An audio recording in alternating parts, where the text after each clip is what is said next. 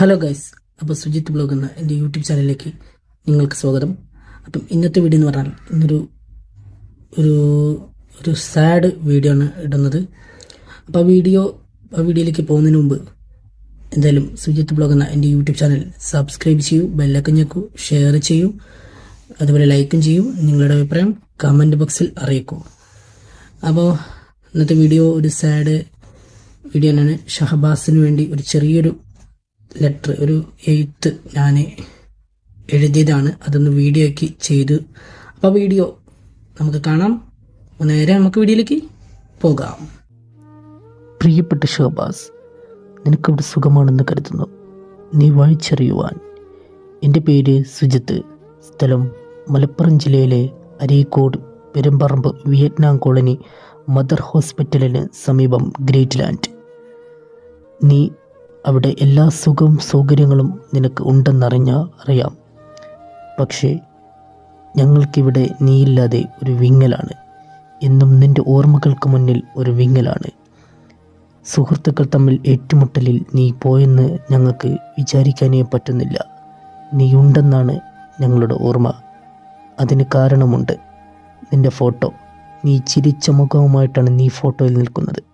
അത് കാണുമ്പോൾ ഞങ്ങൾക്കൊരു ആഗ്രഹം, നീ ഞങ്ങളുടെ കൂടെയുണ്ടെന്നുള്ള ഉള്ളൊരാഗ്രഹം.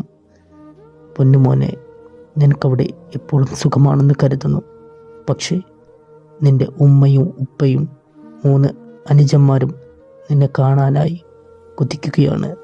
എപ്പോഴാണ് ഞങ്ങളുടെ എല്ലാം ഇക്കാക്ക തിരിച്ചു വരിക എന്ന് അവർ ഉമ്മാനോടും ഉപ്പാനോടും നിൻ്റെ ഉറ്റ സുഹൃത്തായിട്ടുള്ള അൻസഫിനോടും ചോദിക്കുന്നത്. നീയില്ലെന്നറിയുമ്പോൾ അവർക്കുള്ള നെഞ്ചു പൊട്ടിയുള്ള കരച്ചിൽ, നിൻ്റെ ഉമ്മാൻ്റെയുള്ള കരച്ചിൽ, അതൊന്നും ഞങ്ങൾക്ക് കാണാൻ പറ്റുന്നില്ലടാ പൊന്നുമോനെ. മോനെ ഷഹബാസെ, നീ എന്തിനാടാ പോയത്? നീ പോവേണ്ടുന്നില്ല. നീ പോയതും നിന്നെ കൂട്ടത്തോടെ കൊന്നതും എല്ലാം ഒരു കഥയായിട്ടാണ് ഞങ്ങൾക്ക് ഇന്നും ഓർക്കാൻ പറ്റാത്തത്. കാരണം ഞങ്ങളെ മനസ്സിൽ നിന്നും അത് മായുന്നില്ലട മോനെ. അപ്പം ഇന്നത്തെ വീഡിയോ ഇത്രയേ ഉള്ളൂ.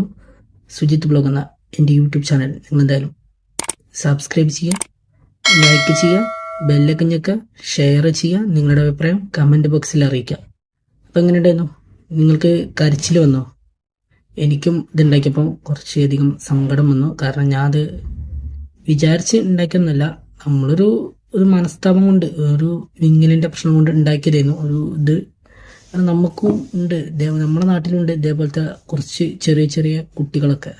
അപ്പം അവർക്കാണ് ഈ അവസ്ഥ വരുന്നത് ഓർത്തിട്ട് ഒന്ന് ചെയ്തു പോയതാണ്. അപ്പം അടുത്തൊരു വീഡിയോ കാണാം. അതുവരെയ്ക്കും എല്ലാവർക്കും ബൈ.